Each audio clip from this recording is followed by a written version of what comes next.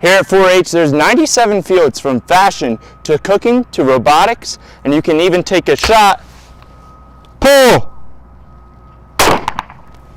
at live shooting training. Well, the 2019 by-district 1-6A champions are crowned.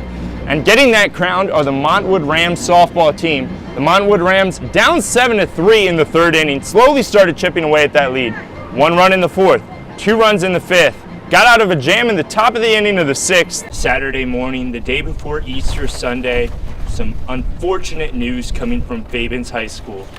It's the loss of a longtime teacher. He was the automotive technology teacher here at Fabens High School since 2004. Mr. Santillana leaves behind 3 boys, the youngest of which is a senior here at Fabens High. Students came this morning to drop off balloons and flowers in memory of Mr. Santillana, who they say was a mentor, a friend, and a fatherly figure. Eastwood's quarterback Christian Castaneda leads a high-powered offense that gets it done through the air and on the ground. The Troopers are averaging 33 points on a 3-game winning streak, heading into tonight's key district battle with Chapin. For the first time since 1999, playoff football has returned to Trooper Stadium. The Troopers stepped down from Class 6A to 5A and struggled at first, but they're currently riding a 6-game winning streak. Commanded by senior quarterback Christian Castaneda, this Eastwood Trooper team presents a threat to Abilene Cooper. Sunday afternoon, Cinco de Mayo here at Southwest University Park. What the El Paso Chihuahuas are doing to celebrate, they're playing as the El Paso Margaritas. What comes with that is $2 margaritas to all fans all day long. Welcome back. I'm David Guest with the best sports news in the Southwest. When 2 rivals meet, it is said that one can throw the records out the window because both teams are going to give each other their best shots. This was the case in last night's duel in the 9-1-5.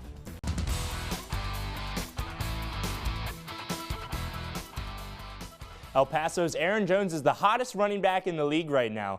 Jones has been dancing in the end zone in 5 straight games, which is tied for the longest touchdown streak in the NFL this season. You know he's doing good on the field. I'm here to tell you he's doing good off the field as well. The Jones brothers have made a point to give back to their hometown, and their generosity was on display again today. Aaron might play for the Green Bay Packers and Alvin for the Baltimore Ravens, but they've left their hearts in El Paso. Welcome back. I'm David Guest here to give you the best sports news in the Southwest. Saturday was a gridiron showdown for the Bulldogs at the Field of Dreams as they faced off with Clovis in the first round of Class 6A playoffs. Casper the Bulldog and the rest of the Bulldogs faithfuls were amped and ready for another taste of playoff football. After falling behind 14-7, Chance Harris tied things up at 14 with this touchdown toss to Jaden Phillips just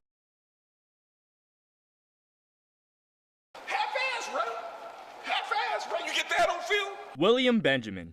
It's a name you know if you're a basketball fan in southern New Mexico.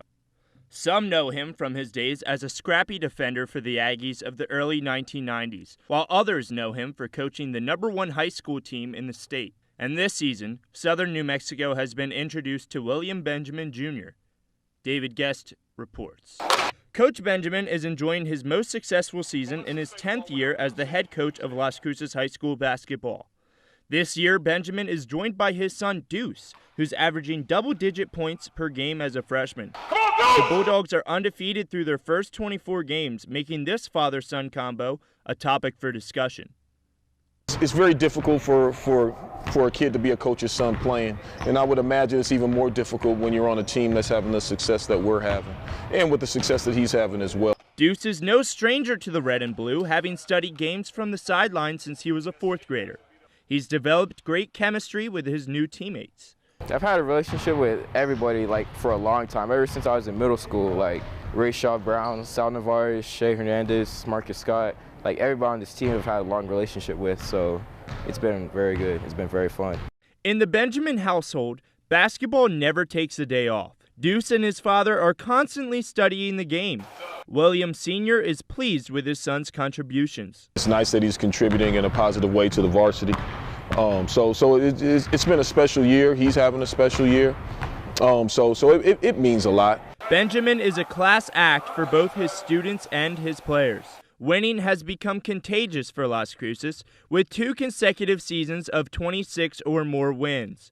Deuce and his father are poised to make a deep run into the state playoffs together, but you might say their relationship can be a bit competitive. If he was at my age, I think I'd kill him, to be honest. Bold words for a freshman, but the kind of confidence you love to see.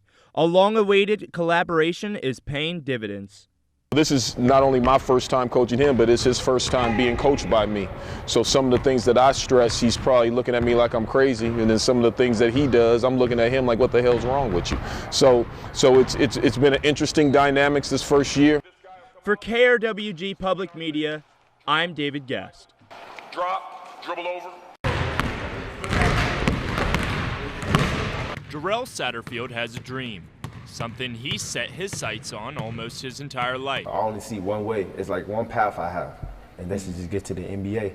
He was born in Chicago, Illinois. His work ethic was something Mayfield head coach Billy Keys, a former New Mexico State guard and professional player, wasn't used to seeing. From the moment he got here, those phone calls at 5 in the morning, Coach, let's come open the gym. Can you open the gym? Can you open the gym? Can you open the gym? Can you open the gym? In 2015, his older brother Joe won a state title at Centennial High School. He led his team to a state title as a clear-cut leader that could score at will. The following year, the stage was set for Jarrell, an incoming freshman, to join his brother. We got a complaint, and they said that I wasn't eligible to play.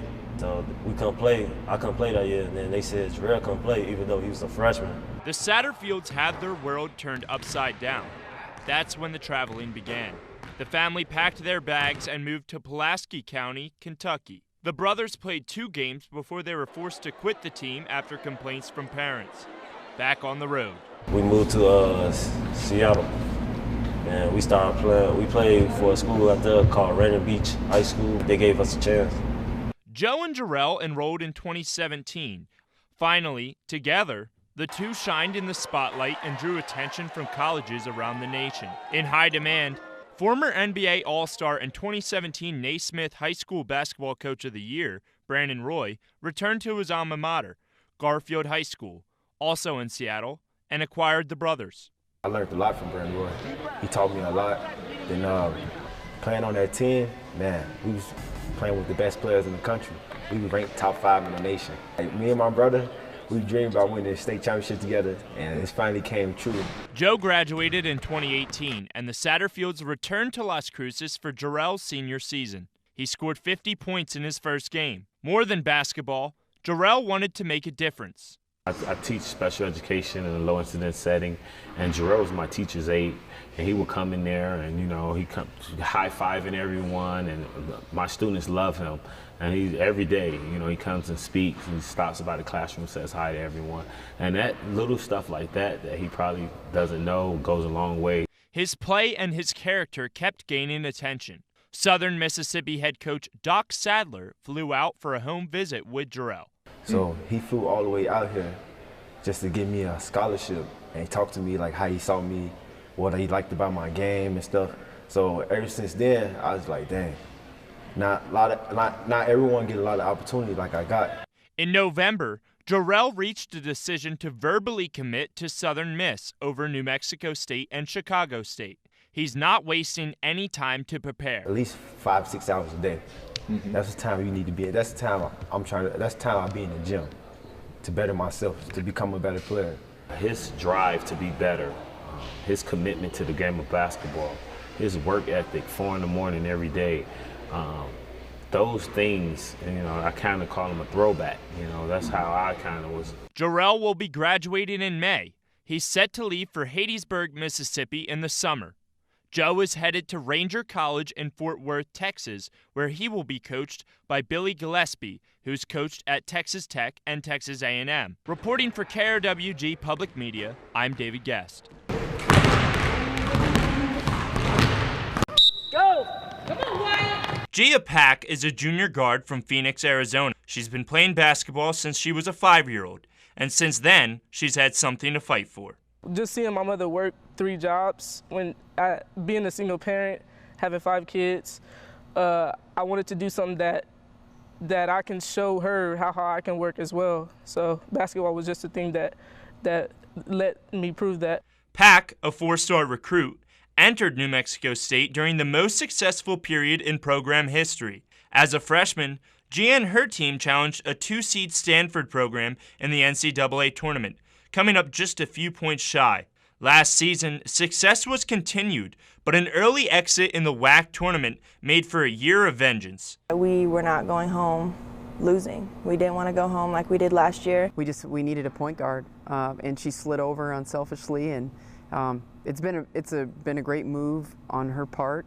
Pack carried the Aggies through the Western Athletic Conference tournament, breaking a tournament record with 86 points in just 3 games to earn herself an MVP award. Gia plays with a chip on her shoulder, something she was taught by 2 very special people. My mother, because she was diagnosed with lupus when I was in 5th grade, about 10 years old. And I'll say my grandfather, who passed away recently, he was really on me about just being great at everything that I do, making sure that I stick with what I wanted to do, which is playing basketball. Gia has been accompanied by senior forward Brooke Salas in her 3 years as an Aggie. You know, they play so well together. I know they've really figured out a great chemistry between one another. They've played so many games together, they know where each other are going to be at. In the closing seconds of the second overtime in the WAC championship game, the ball went to the hands of Gia. Obviously, it wasn't drawn up, so Gia took the shot, and I knew if it was going to miss, I had to get the rebound. The shot was missed, but Salas was under the net to clean it up for the 2-point putback that captured the lead. I admire her. I look up to her, and just having her around, like, I feel so much better. Like, when I missed that shot, I'm like, I know Brooke gonna help me. I know she's gonna get that rebound. She's gonna put it back. It's that kind of chemistry that separates the good from the great. Brooke Salas and Gia Pack are 2 of the greatest to ever step foot on Pan American hardwood. The Aggies have returned to the NCAA tournament and will take on Iowa State in the first round this Saturday. Gia and her partners in Crimson have unfinished business to handle. I think there's a reason she came here, and she definitely played a big role in my career.